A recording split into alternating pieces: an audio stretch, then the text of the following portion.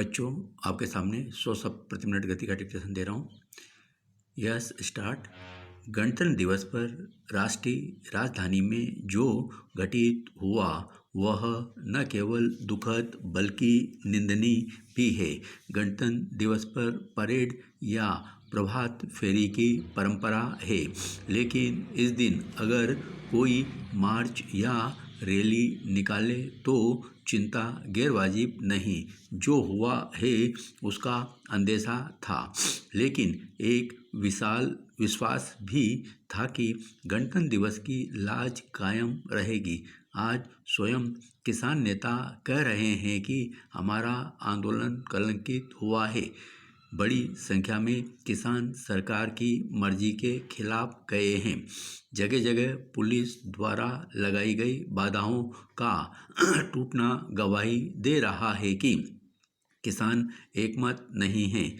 उन किसान नेताओं को अवश्य घेरे में लेना चाहिए जिन्होंने खुद किसान नेताओं की जुबान का मखौल उड़ाया है। भले किसानों या उनके नेताओं की मंशा ठीक रही हो, लेकिन मनमर्जी से मार्च निकालने से जो संदेश गया उसके निहितार्थ गहरे हैं, जिसकी विवेचना आने वाले अनेक दिनों तक होती रहेगी। अव्वल तो एकजुट दिख रहे किसानों में फूट पड़ चुकी है और इसके साथ ही यह आंदोलन अपना बहुचर्चित गरिमामय स्वरूप खो चुका है। एक तरफ किसान नेता कह रहे हैं कि असामाजिक तत्वों ने आंदोलन को बिगाड़ दिया, वहीं कुछ किसान नेता लाल किले के दृश्य देखकर खुशी का इजहार रोक नहीं पा रहे। किसी को यह प्रदर्शन दुर्भाग्यपूर्ण लग रहा है तो कोई अभिभूत है। अब किसानों को पहले परस्पर बैठकर आगे के आंदोलन की दिशा तय करनी पड़ेगी। पुलिस और किसान नेताओं ने जो रास्ता तय किया था वह रास्ता पीछे छूट चुका है। उस पीछे छूटे रास्ते पर लौटने के लिए किसानों को नए सिरे से जोर लगाना पड़ेगा। दूसरा, अब यह प्रश्न खड़ा हो गया है कि सरकार आगे की बातचीत किससे करे। आगे की राह अनुशासित किसान तय करेंगे या अनुशासन की पालना न करने वाले। एक आंदोलन का संयम और भरोसा टूटा है तो उसकी भरपाई कैसे होगी। दिग्गज किसानों और उनके कर्णधारों को ही बैठकर तय करना होगा। तीसरा, किसान अपनी मांगों पर पहले से ज़्यादा अड़ेंगे और सरकार के सामने उन्होंने अपनी हदों का प्रदर्शन कर दिया है।